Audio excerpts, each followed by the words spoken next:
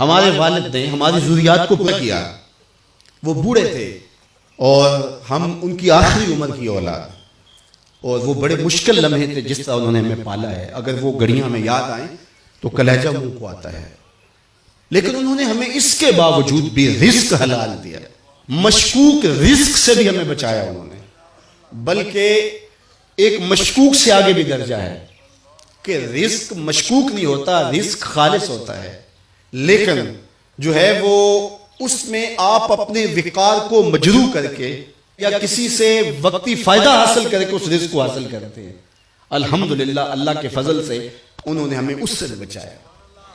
اس کی صرف میں 2 مثالیں آپ کو بتاتا ہوں۔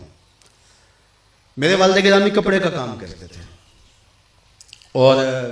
دنیا کے اوپر کسی نے ایسا دکاندار نہیں دیکھا ہوگا جو دکان بند کر کے رکھتا ہو۔ وہ کہتے ہیں لوگ آ کے بیٹھ جاتے ہیں اور میرا وقت ضائع کرتے ہیں، میں نے قرآن مجید پڑھنا ہوتا ہے،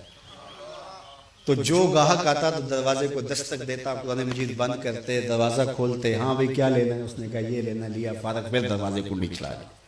ایسا بھی کوئی تاجر دیکھا آپ نے؟ اللہ اکبر۔ تو اس میں جب وہ کپڑا رکھتے تھے تو اس میں بھی انہوں نے طے کیا ہوا تھا کہ اس وقت زیادہ سے زیادہ جو مہنگا کپڑا تھا 30 روپے گز ہوتا تھا، اور جو درمیانہ تھا وہ 20 روپے گز، اور اس سے نیچے ہے 15 روپے، 12 روپے، 10 روپے، اس کو 6 روپے گز بھی مل جاتا تھا، اب تو کہیں نہیں ملتا۔ تو انہوں نے ایک ریشو رکھی تھی کہ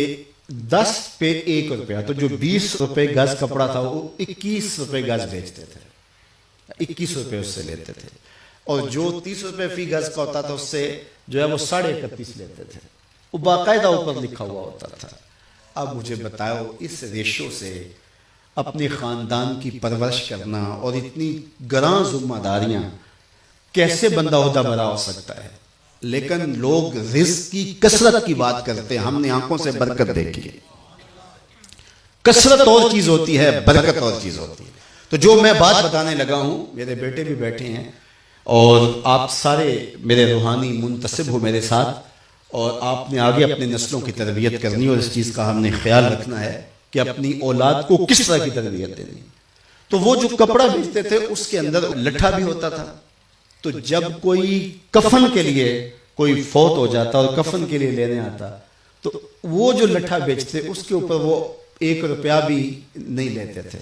وہ جو قیمت خرید تھی اس پر دیتے تھے۔ تو ان کا شعور یہ تھا کہ یہ کمائی میری اولاد نے کھانی ہے، تو میں ان کی تربیت کر رہا ہوں، تو یہ بھی پیسے ان کی تربیت میں نہیں لگنے چاہیے۔ اور دوسرا، چونکہ یہاں دیہات کے کافی لوگ بیٹھے ہوئے اچھی طرح جانتے ہیں، ان کے لیے جو ادب اور احترام کا لوگوں کے دل میں مقام تھا اور جو محبت تھی، تو وہ کاموں کے سے یہاں اس وقت یہ چنگچی بھی نہیں تھی، کوئی یہاں پیک اپ بھی نہیں چلتی تھی، تو اس وقت ٹانگے وغیرہ چلتے تھے۔ تو کبھی بزرگ تشریف لاتے تو کسی ٹانگے پہ بیٹھتے، وہ فخر محسوس کرتا اور پھر وہ آپ سے کرایہ نہ لیتا، آپ بڑا زور بھی دیتے تو زیادہ تر لوگ نہ لیتے، تو وہ کپڑا لے کر کے آتے، تو وہ پھر یہ جو راجباغ جا رہا ہے، یہ تقریباً یہاں ٹول پلازا جہاں بنا ہے اس سے پیچھے ایک جگہ ہے، وہاں اتر جاتے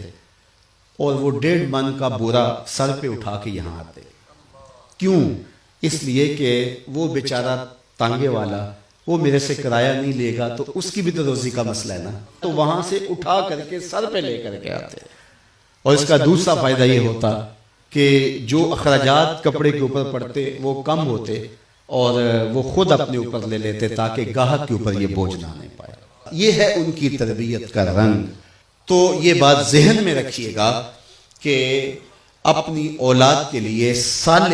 رزق کے لیے کوشاں رہنا اور اس کے لیے محنت کرنا اور شعوری جدوجہد اور شعوری محنت میں لگے رہنا۔ اللہ تعالیٰ کی توفیق سے انہوں نے ہماری جو سال تربیت کی، آج اس کا نتیجہ آپ کے سامنے ہے کہ یہ پورے ملک میں، پوری دنیا میں جو فیضان اور جو نور کتاب رحمت کا پھیلا ہے، یہ ان کا دیا ہوا سبق ہے جو ہم نے کوشش کی کہ اس کو یاد کریں اور پھر اس کو لوگوں تک پہنچائیں۔ میں جو کچھ بھی ہوں تیری توجہ کا روپ ہوں، میری زندگی تیرے پیار کا انعام ہی۔